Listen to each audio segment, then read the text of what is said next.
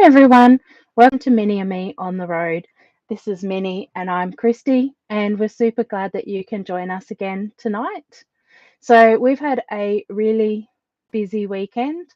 We are back in South Australia, which is where I'm from, and we've been catching up with friends and family all weekend, which has been absolutely amazing. One of the fears I had when I decided to pack everything up and hit the road was what would happen to the relationships I had with friends and family. But we've kept in contact whilst I've been away, and now as I'm seeing people for first time after about 12 months, it feels like I only saw them yesterday. Um, so it's been really good. Nothing's changed, so that's been great. Today, I thought I would share my top 10 experiences in Tasmania during the 11 months I was there. And I absolutely love Tasmania and all the experiences. So it was really tricky to pick just 10. But here we go. So, in no particular order, I'll list them off. So, the first one is something I'd been trying to see for quite a long time. So, my dad is in Tasmania, and every time I'd visit him, I would go looking for a platypus, and one would never show itself. So, I decided whilst I was in Tasmania for all those months, I had to find a platypus. So I stayed at Waratah. There's a caravan park next to the lake there, which is up near Cradle Mountain. And I spent many hours staring into the lake, waiting. And a few days later, around dusk, a platypus decided to show itself to me. And it was just the most amazing experience because I'd actually started to wonder if platypus even existed. I'd spent that long looking for one. And then I had another amazing experience at Lefter Field, which is down near Mount Field National Park down towards Hobart. There's a river next to the Lefter Field campground where I saw a couple.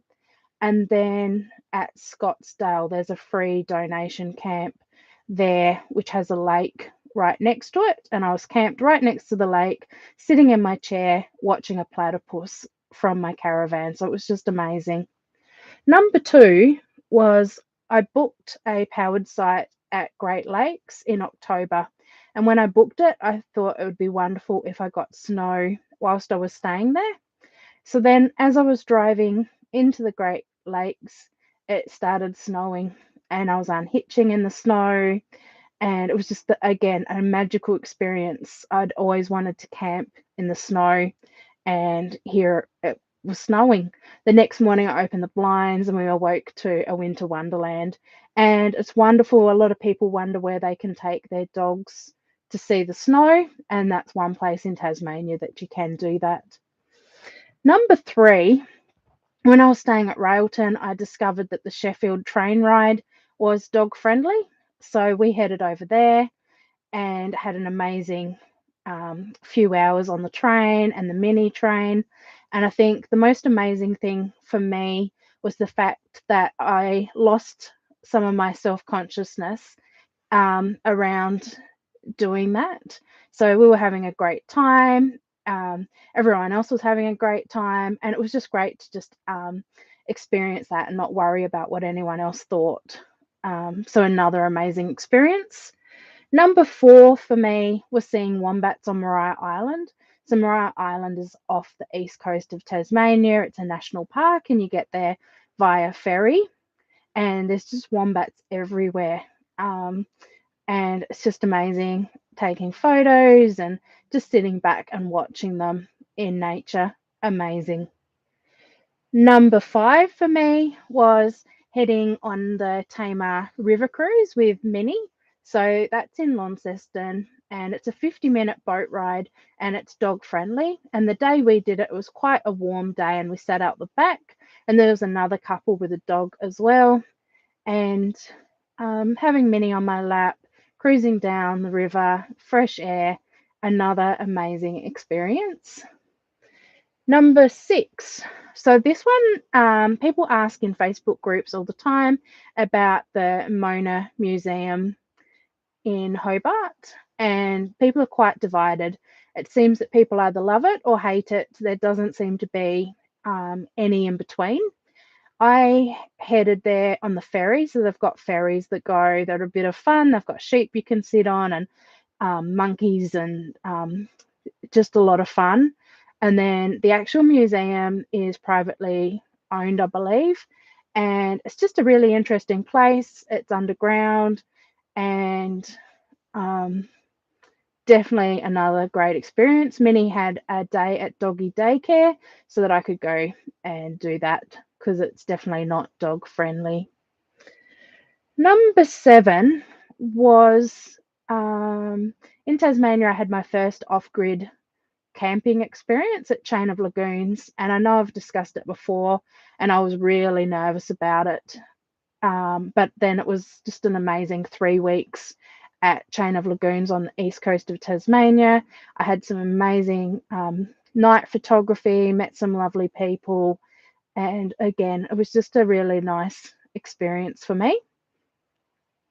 Number 8 was um, my birthday last year, 9th of November. I had the day off work and we headed down to the Port Arthur region. And on our way down there, there's a coffee van called Cubed Espresso at the Tasman Bay Lookout. And you can order a coffee, and they've got tables there, and you sit down and you drink your coffee and you're overlooking this gorgeous bay. They've got music playing. Minnie was by my side, and I just thought this is what life's all about. This simple memories that I'm making. And we had a photo taken there, and it's one of the photos that we used for this channel. And it was just really a special moment for me. Number 9 was down at Sandy Bay near Hobart or at Hobart, and it was seeing bioluminescence in the bay there. Um, it's I think it's plankton, or it's a, a organism that's in the water, and when you agitate the water glows blue, and it's quite spectacular, and it comes up even a bright blue when you photograph it. And when I went down there was another couple there, and they were looking for it as well. They hadn't seen it before, and then they pointed it out to me. You could see it coming in on the waves, and it was glowing. And it was a really special moment because I was there on my own, and then I met this couple, and we were both experiencing it for the very first time. And he was trying to get photos, and I was trying to get photos, and it was a shared experience with complete strangers. But it was just really magical, and you could stomp in it and put your hands in it, and you could just see it glowing, which just shows that nature's just magical. So it was another really magical moment for me. Number 10, I think a lot of people can probably guess. 11th of May was a day that a lot of people remember, and it's the day that we had a really special Aurora Australis. So it was a Saturday night, and everyone was talking about it and expecting it. And I headed down to Goats Bluff at South Arm, which is below Hobart. I had a picnic blanket and snacks. I had my camera. I left Minnie in the car because I knew that I wanted to soak it up as much as I could. And as I was heading down to the beach, it wasn't even dark yet. And as I got down to the beach, you could already see the aurora colours. And then I spent 5 hours down at the beach, just immersed in the most amazing light show imaginable, 360-degree. And the only reason I left was because I started getting too cold. That was just absolutely amazing. So that would be my top 10 experiences during my time in Tasmania. There were so many other things and people I met and experiences, but that was definitely my top 10.